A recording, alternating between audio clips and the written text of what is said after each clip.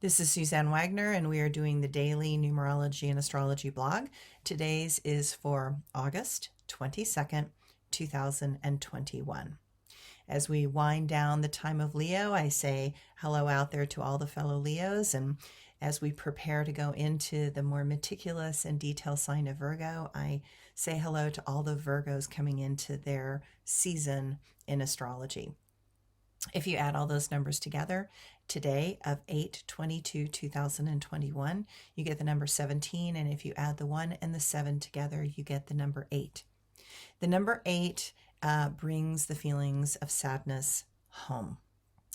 The world news is really bad on all levels. Storms, fires, violence in the Middle East, and the chaos and disruption over the pandemic.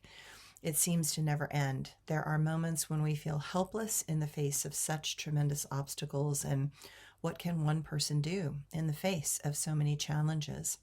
Stand up, speak up, be clear that this is unacceptable, and that those that have the power are obligated by law to do something rather than continue to sow chaos, discord, misinformation, and to make it worse.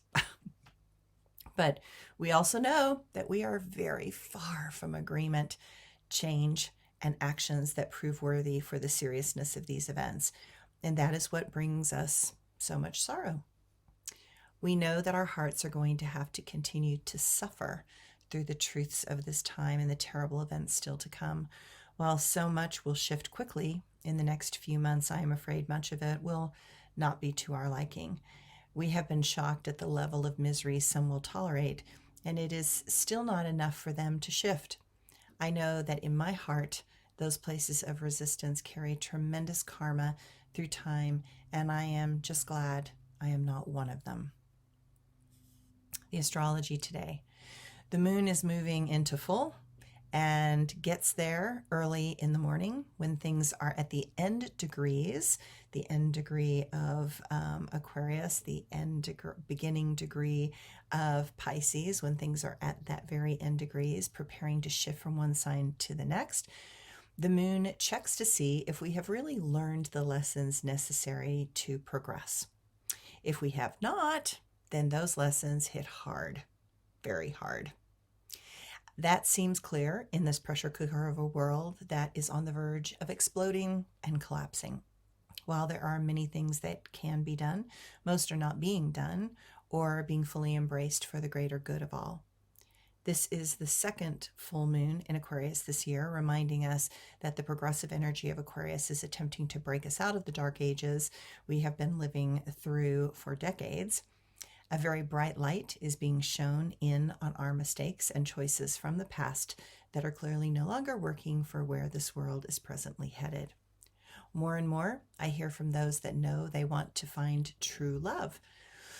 But that is so hard in a world where we are each feeling so isolated and alone. More than ever, those in our lives that we can truly share with are becoming critically important for our sanity and emotional and mental health. The Leo sun promotes the feeling of individuality and the need to do something of value.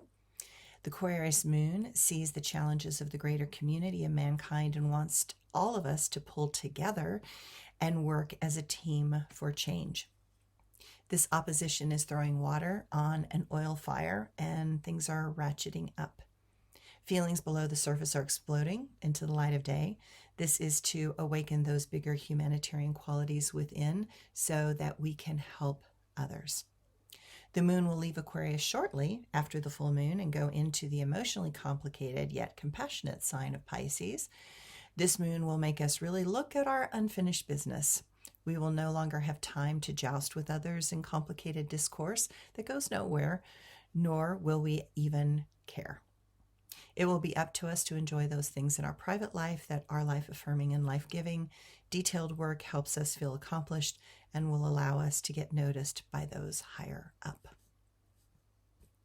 My quote for today: 2 + 2 does not make 5. Yet some may live while others will die. Since when is it okay to allow such a modern display of dysfunction and disorder to gain a foothold that wants to take us down into chaos ninefold. In past times, we have lived and died because of plague. I thought by now we understood the bizarre and vague, but clearly there are lessons still to be learned, and now intelligence must be earned. And my blog for today. The air has shifted and the fog has rolled in. It is finally as if I can breathe cool, clear air again. This morning, instead of smoky skies, I look out and feel the dampness on my skin and eyes. The relief is profound, the appreciation assured.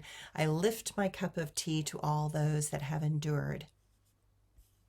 In the hospital, my sister tries to keep children alive while they lie on the floor and struggle to survive. I cannot imagine what she goes through day after day with no break in view.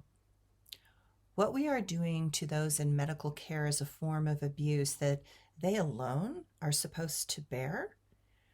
I worry for the day when they have finally had enough and walk out because for too long it has been too tough. What will we do then, when there are not enough medical men and women?